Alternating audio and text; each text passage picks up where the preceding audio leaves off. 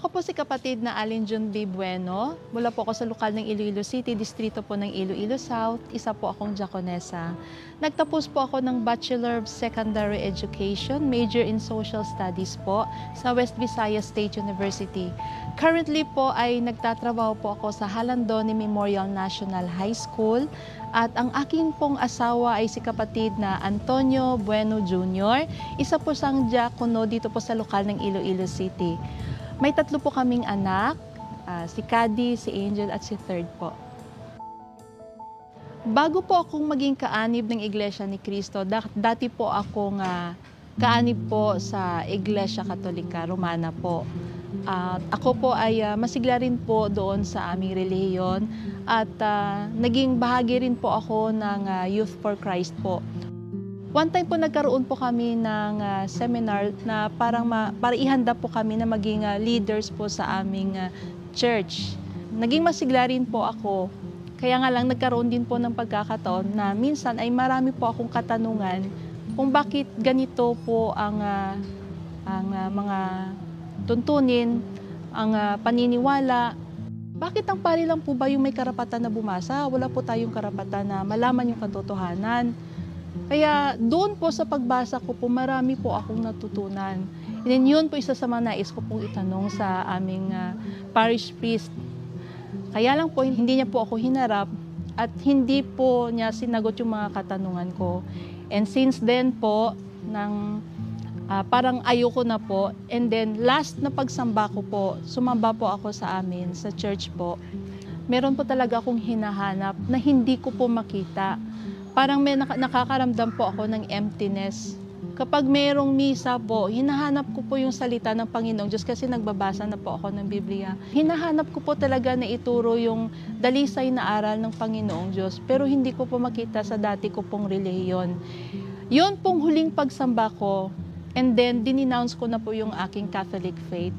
At naghanap na ko ng ibang relihiyon. Pumunta po ako sa Full Gospel Church, nakinig po ako sa mga aral nila. And then doon po, hindi naman po ako sumamba hanggang wala na po akong relihiyon. Pero yung tito ko po, yung kapatid na Marcelino Caturas po, ay kaani po ng Iglesia ni Cristo. Sabi ko, Tito, mari ko po bang mabasa yung pasugo nyo? Bumasa po ako. And then, sabi ng tito sa kanya, pwede ka rin sumamba. Sige po, Tito. Sumama lang po ako kasi curious lang po talaga. And then, nung sumamba po ako doon, nakikinig po ako sa mga aral po at mga salita po ng Panginoong Diyos. So, I submit po, sige, okay, Tito, walang problema, makikinig po ako, sabi ko sa kanya. Hanggang natapos ko po talaga yung aking doktrina. Yung nagdoktrina po sa akin ay si kapatid na Wilfredo Vitog po. Yun po doon po nasagot pong aking mga katanungan at naging maliwanag po sa akin, huwag mag-carve ng image at sambahin. Dahil iisa lamang po ang Panginoong Diyos natin. At ang Panginoong Diyos ay walang imahe, siya ay espiritu. Kaya ipinagpatuloy ko po at sinabi ko po sa aking sarili, ito po ang tunay na relihiyon. Kasi ito pong nagtuturo sa atin ng tama na nakabatay po sa Biblia.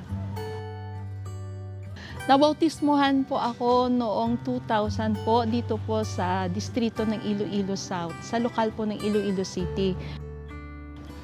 Mula noon hanggang ngayon, hindi po nagbabagong aking pananampalataya. At habang lumilipas po ang panahon, dumadalisay pong aking pananampalataya. Dahil mas lalo ko pong nararanasan ng ating Panginoong Diyos sa loob po ng Iglesia ni Cristo na hindi ko po naranasan sa dati ko pong relihiyon. Patuloy po akong maging masigla sa pagtupad po ng aking tungkulin at aakayin ko rin po ang aking buong sambahayan ng aking mga anak ay tuturuan ko po at ipapamana sa kanila ang pananampalataya po na tinanggap ko po sa loob po ng Iglesia ni Cristo. At ganoon din po ay ibabahagi ko rin po sa aking mga kasama sa trabaho, sa aking mga kakilala, kahit sa aking mga estudyante, ang tunay na pananampalataya na natanggap ko po sa loob po ng Iglesia ni Cristo. Sa lahat po na hindi pa po kaanib sa loob po ng Iglesia ni Cristo, inaanyayahan ko po kayo na suriin niyo po at bigyan niyo po ng pagkakataon na makapagkinig po kayo ng mga aral na ituturo po sa Iglesia ni Cristo. upang malaman niyo po ang katotohanan sa ipagkakatamo po ng kaligtasan.